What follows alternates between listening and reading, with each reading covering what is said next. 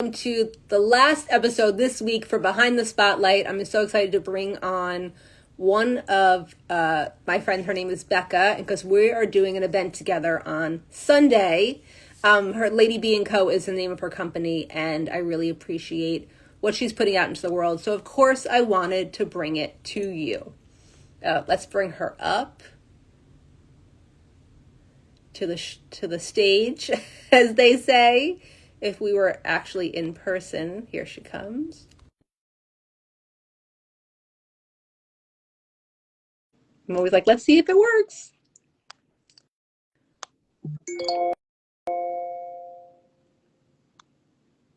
There. Hello. Hello. Sometimes I'm like, can you please just, I gotta find a different way to do this so that I'm not stressed every time we get on.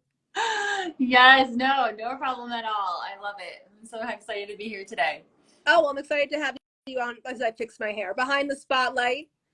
And really, I want to dive into your event on Sunday first, because I can't wait to come be a part of it. You tell the audience a little bit about you and a little bit about Ladybee Co. Yes. Well, I am so excited to have you as part of it. So, Ladybee Co has been through a couple of renditions with me. And initially, it was a brand that kicked off about 4 years ago. Just like we had our big launch party on March 8th, 2020. I had just kind of transitioned out of agency work and was supporting female founders specifically in growing their business. So Ladybee really means women. Bees help pollinate to help things to grow, and then in companies. So it was like really women, helping each other to all kind of come and grow together. And I won't go into all of the things that took place, a lot of personal growth, a lot of just, situational things with the state of the world. But I ended up closing that brand down at the end of 2022 and really gave last year just to kind of see where I wasn't done, but I wanted to bring it back. And so now it hasn't shifted. The whole premise is still about women supporting women to help each other grow.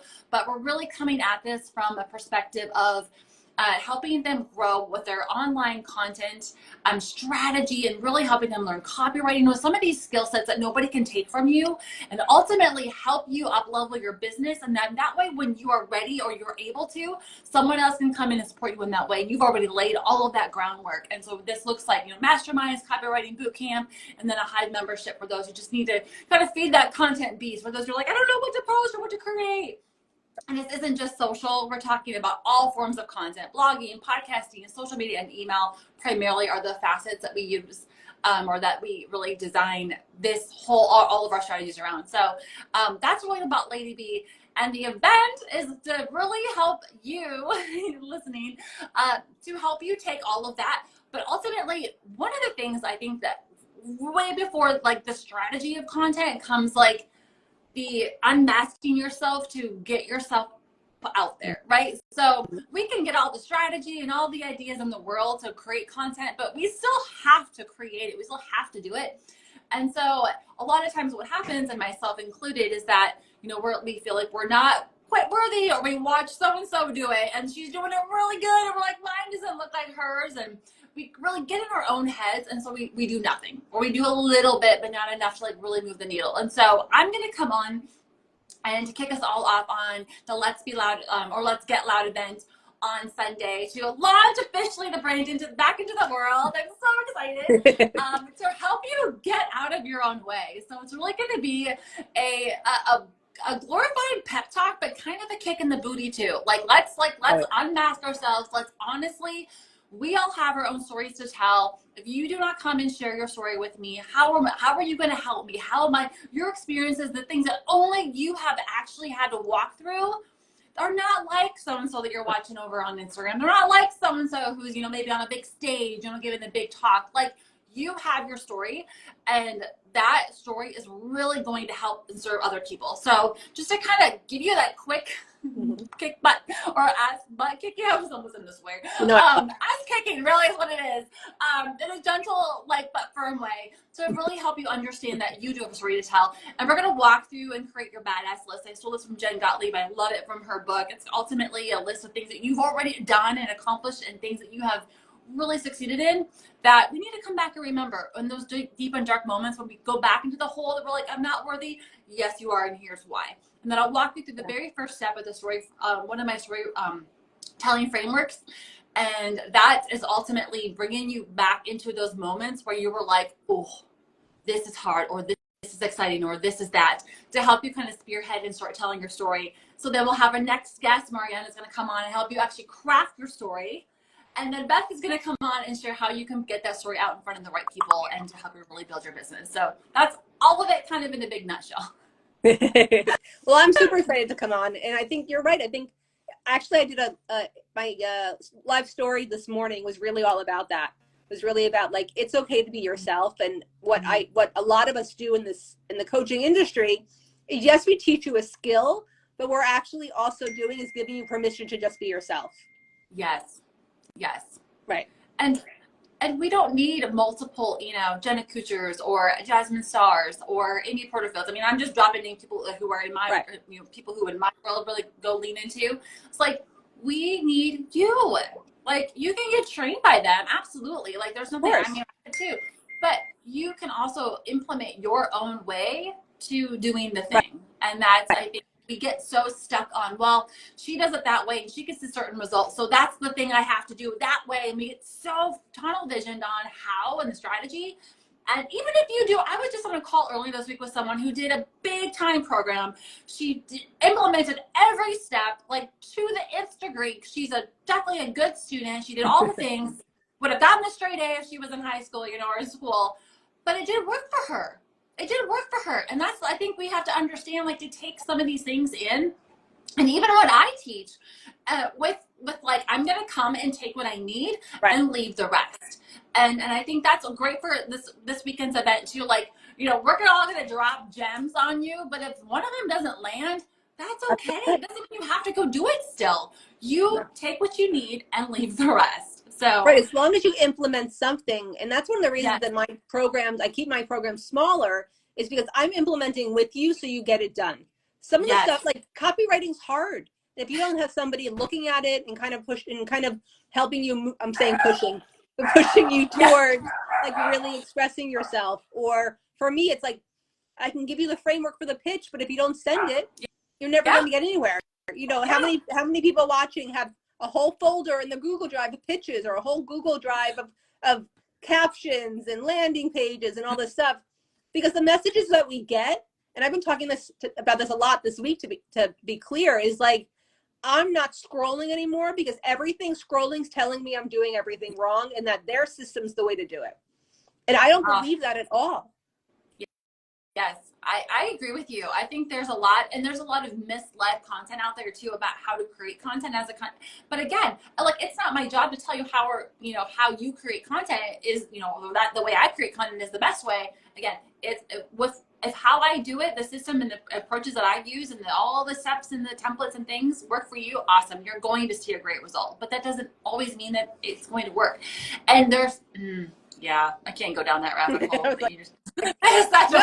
But going back to what you said, it's about being loud, and sometimes the right people aren't the loud people. I know for me, I don't talk enough about that I was a producer.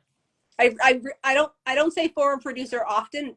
This quarter, I'm saying a lot more, and guess what? I'm seeing a lot more return on the information and the content I'm putting out there, because it's one of my credibility markers. And I say this to my clients all the time. They're like, well, should I? I'm like, there's no should. If you're asking, the answer is yes. Yep. There's the permission that I think that people need to get loud.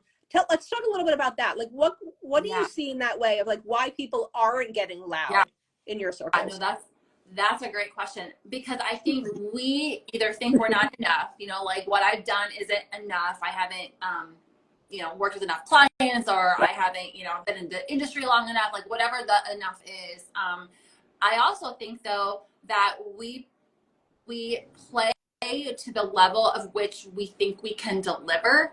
And what I mean by that is, like, for example, I'll just pick on myself as a great example. So I know in my body, like, I deliver a great product, but if let's say there's a big client, let's say like a $5,000 to $10,000, a monthly retainer client is like a dream client. If I'm not and I believe that I'm worthy of receiving a big client, they're never going to come to me. Or if they do, and here's what's happened to me, if they have come to me, I sabotage the contract, or somehow I like get myself in my own way because I attach a whole bunch of shit ultimately to what it would mean if I landed that client. And so I think when it comes to getting loud, 99.9999%, if not always, I don't never want to say 100, is on my belief of in my ability and my worthiness. And so the second you can, not second, I mean, that work is not easy. So it's not going to happen in a second. But as you, and the third thing I'll throw in there too is like, if there's no evidence that you've been able to deliver to a client at that level, then you also freak yourself out. And you either block that from even happening, or when if it does happen, you sabotage it. So I think that the thing to really keep in mind when it comes to getting loud is it is the inner work. It's not the strategy. It's not about, me or anyone else in this, team teaching you how to write good copy and content, all these things. Like, you need that absolutely to get loud. You need to actually write the words to the right people and get in front of the right people. Like, that all needs to happen. But way before that, even, you need to believe that you are actually worthy of the opportunities that you are seeking out. And that's a whole different, training and teaching and skill set, or even that, that I don't possess. But that's where I want to open it up with like kind of a little fire and like tell you are worth it. You make your list of the things, remember the things that you've already accomplished, the really badass things you've done. That way, when you're in a hole and you're like, I'm not capable of whatever fill in the blank worthy of, you have this list to instantly go back to and start reprogramming your brain like, yes, I can, and then get back to work. Yeah, that totally resonates with me because I've intentionally gotten myself in the rooms this year where I'm the smallest fish in the room. Because love it. Right. Yes. I've been in this industry since 2007. Right. I know how to do the stuff, and I have my own systems for doing the stuff. But being in that room has brought up all of these things that I didn't understand were still here. Yes. And being in that room, and I was like, I said to the woman, my coach who's running it, I was like, am I supposed to be in this room? And she looked at me like, I can't believe you're saying that. She's like, that's not something I thought would ever come out of your mouth. And I was like, yeah, but you gave me a safe space to say it. Even though it doesn't always come up for me. And then I remembered, like, my expertise is different than the expertise in everyone else in this room. Yes. And my expertise is where my confidence always stands, because this is my third company. I haven't been doing this company for 10 years, so I'm not making $10 million. Yeah. Right. Hopefully in 10 years, I'll be making $10 million. Oh, yeah. Right. But I always say to my clients, and I say to myself, like, your expertise is what you have to lean on. And when you get into that imposter syndrome space, or that I'm not a good enough space, I lean back on what I know I'm an expert, and how I know that my information in my head is going to make you money, or my information in my head is going to change your life. And sometimes it's going back to look at testimonials. Sometimes I'll be like, I'll just confess something. So the last meeting of my last cohort made me cry, because I got a lot of positive feedback about how I've changed their lives and what I added to their lives. I was having a really hard day about 3 weeks ago. It's effing menopause, and it's really kicking my butt, to be honest. But I went back and watched the last 10 minutes and cried. And when I'm feeling like I don't want to, because that's my default, is like, I don't want to, which means I don't want to put myself out there. I don't want to grow. Right. And so I don't go to, I can't. It's, I don't want to do that. Like, that's not what I want to be doing. I wish it was the I can't, because I think that mentally that'd be easier. But I'm trying to hold on to that, because I know that you have a program coming up. I have a launching coming up. March 14th is mine. But in this space before it, this is like the tough space, right? This is like created all the stuff, and now like my save the dates are coming out next week, and now I have to do it instead of get to do it, right? Because all that stuff comes up, and that's why we hate live launching, or that's why we hate copywriting, or that's why we hate putting the stuff out there, because I think my point was, because no matter where you are in business, you could be an 8-figure business owner or make $8 a month, you still feel the same way. And I think people who are starting out don't understand that piece of it. I think that too. And I love how you mentioned like the feelings and the roadblocks, because there has mean, this last week, I mean, it's obviously Friday now, but the whole week, you know, Monday through today even has been like, what? That just happened? Like, why? You know, like all the dumb little, my computer broke down. I got to bring it to the shop today. Like, I mean, things that are like little and big have happened. And I'm like, it's got to be launch week, you know, like all of this is going to come crashing down. Like everything's been fine, you know, for the computer for years now. And all of a sudden I'm like, oh my gosh, this is weird. But I think that's what, and I sit back and I'm like, why, you know, like to your point, not, this isn't happening to me. This is happening for me. What is this supposed to teach me? Because I know I'm, you know, and I literally yesterday was getting ready for bed and I was like, I think it's to ask me or to help me understand how bad do I want it? Like, how bad do I want it? You know, am I going to, we have, you know, crazy things happening where the kids this weekend for their activities and stuff, family coming in town. And I was like actually trying to get ahead of things. And all the little things that happened got me kind of behind. And I was like, all right, it's okay. I got this. How bad do I want this? What can I, you know, what can give? I'm still going to go forward. I'm still going to bring the energy. I'm still going to, you know, bring the things. But I think I know past me would have been like just the rabbit hole and of self-pity and why me and it's launch week. Like I'm stressed out enough as it is. I gotta, you know, get ready to clean my house and I gotta do all these things. Like why me? And I wouldn't have been able to get myself out of that to show up in this wild, high, energetic space for Sunday's event. And I would have done okay, I would say. But I am like ready to go right now. I'm like, let's go now. But I think that is the thing too. Like when we're talking about content, we're talking about launching, we're talking about doing the things that are hard. We are also need to be prepared for the shit to happen beforehand that's going to test us. We also need to be prepared for the people to come out of the woodwork and say, oh, that's a dumb thing, or oh, that, you know, like, and people who maybe you thought were your cheerleaders, or then complete strangers. Like, I think you get it from both sides of the spectrum. Is like, and not to focus on the people who are like, oh, that program's dumb, or you don't know what you're talking about. Wait. Kind of comments. Are you getting that kind of feedback? No, I'm not. Okay. I'm not. But I'm saying that could be what keeps people. Luckily for me, I haven't gotten the haters. But I mean, as you get bigger, as you grow, as you put yourself out there, as you get loud, you got to build a thick skin again. Yeah. Like maybe you had it in high school with the bullies or something like that. Like, but or there's association with, well, if I speak my mind, someone's going to come at me, and so I just play small. Like, those are all of the inner working things that need to be like handled and taken care of before you're going to really get loud. And it doesn't mean you can't do it in small increments over years. I think that's probably how I would say I've done it. But it's, again, I say go loud. Like, again, we can teach the strategy. We're going to teach the strategy. We're going to teach some really cool things. But I want people to know they need to come ready to, like, kind of let go of the armor, let down the veil, remove the mask. Yeah. Maybe that's the best one. One of those three. And be you. You know, I totally appreciate that, because the conversation I've been having this week is a lot of that. Like, I had Frenchie Ferenzi on earlier this week, and that's exactly what I said to her with conversation, because I love her content. I love her emails. It's really about her kids and her life and what she's doing.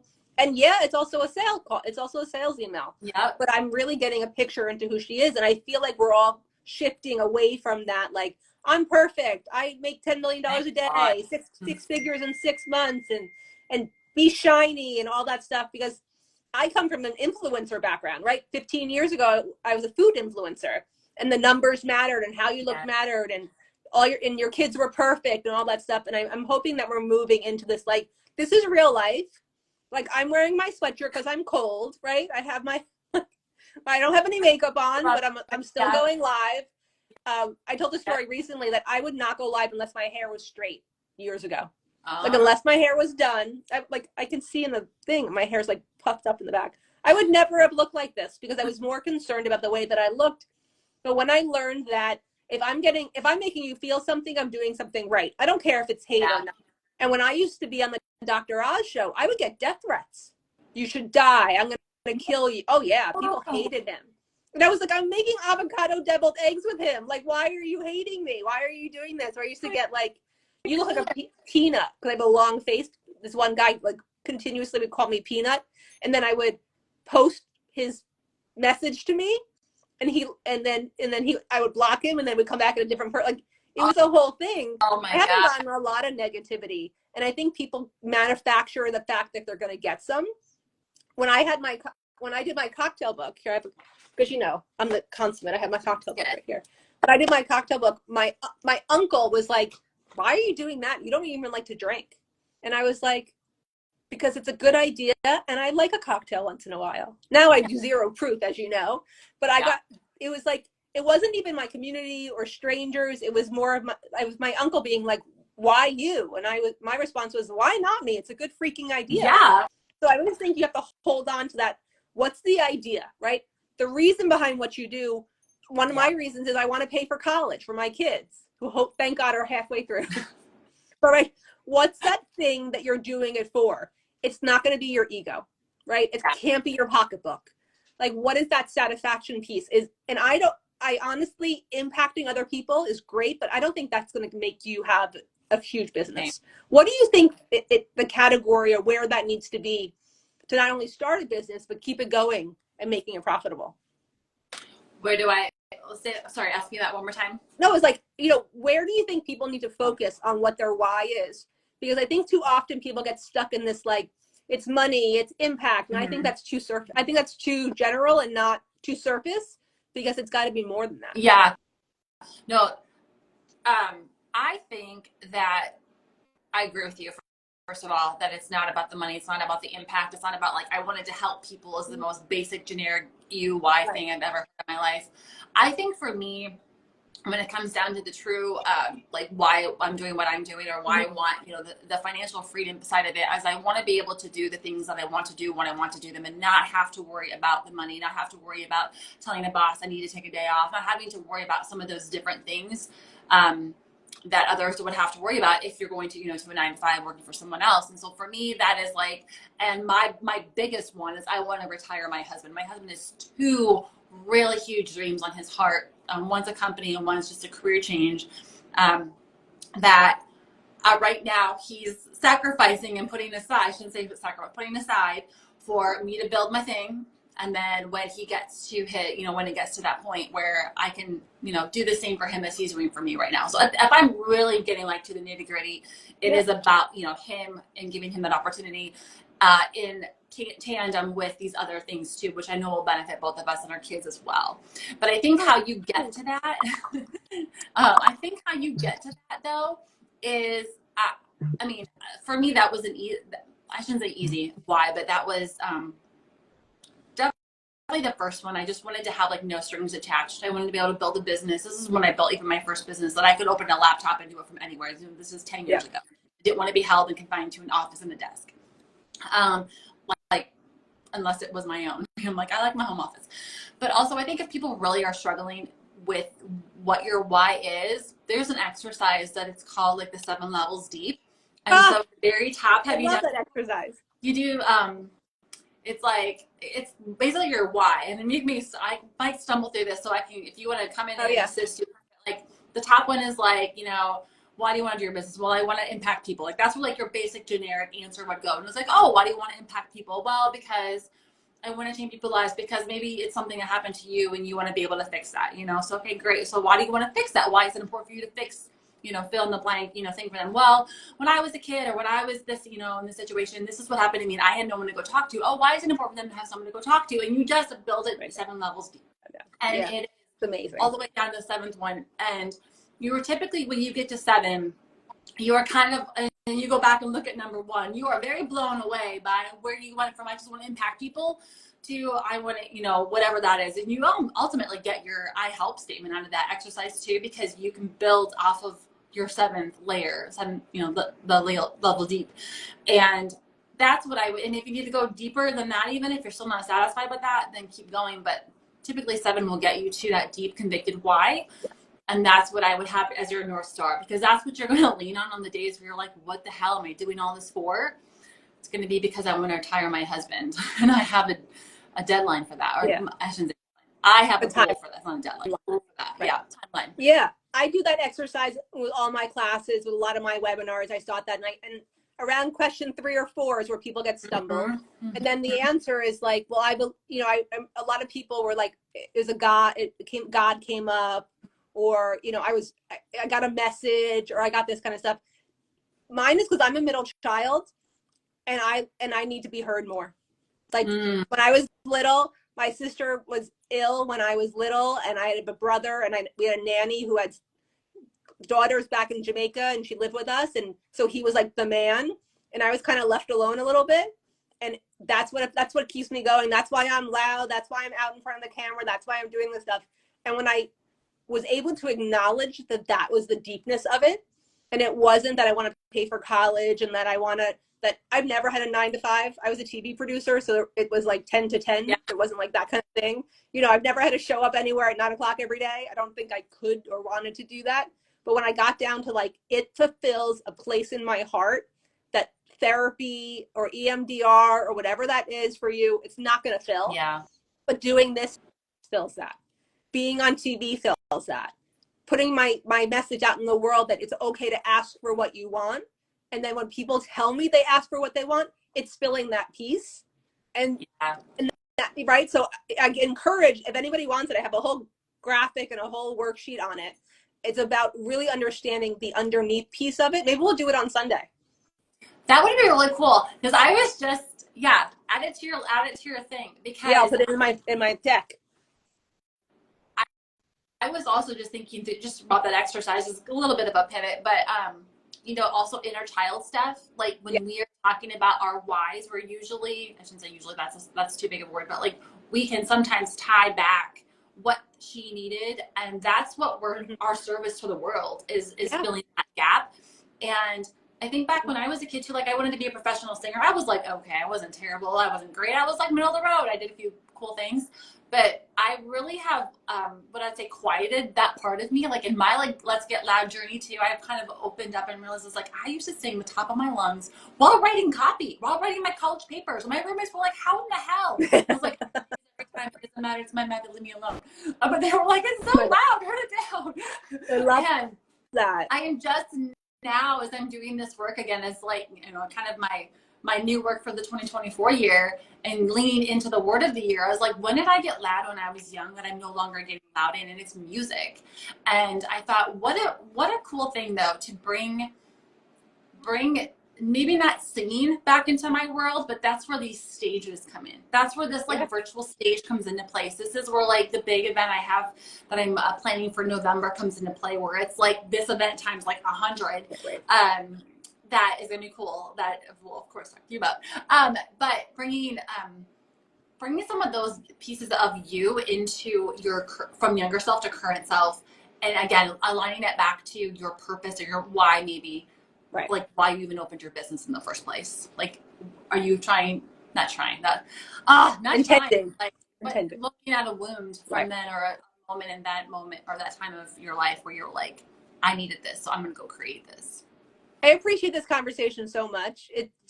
Same. I had a conversation last night with my husband. I'm like, I love doing these interviews, but I wish we could get a little bit deeper. And today we got a little bit deeper. So thank you for being open. Well, you and I do that anyway.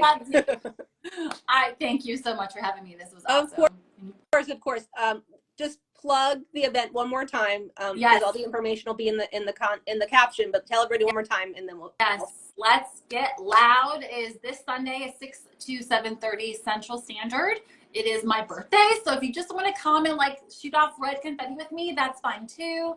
But it'll be myself and Beth and another gal speaking as well, all about how to get loud in your business and build your brand voice. And then also we'll have some fun prizes and stuff. So just it'll be a good time, good energy. You can join us. Well, I can't wait to celebrate. And you know, my birthday's on Tuesday, so we're gonna have lots of birthday love. So is Mariana's.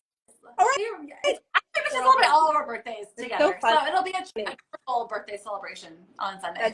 That's so funny. Thank you again, Becca. Thank you for being on Behind the Spotlight. Once again, we have interviews of very special people in my life that bring you really important information that can change yours. Don't forget to go to my link in bio and download the 5 proven subject line formulas so that you can get booked on your next podcast. Becca, thank you for being here, and I'll see you Sunday. Yes, see you Sunday. Bye. Bye.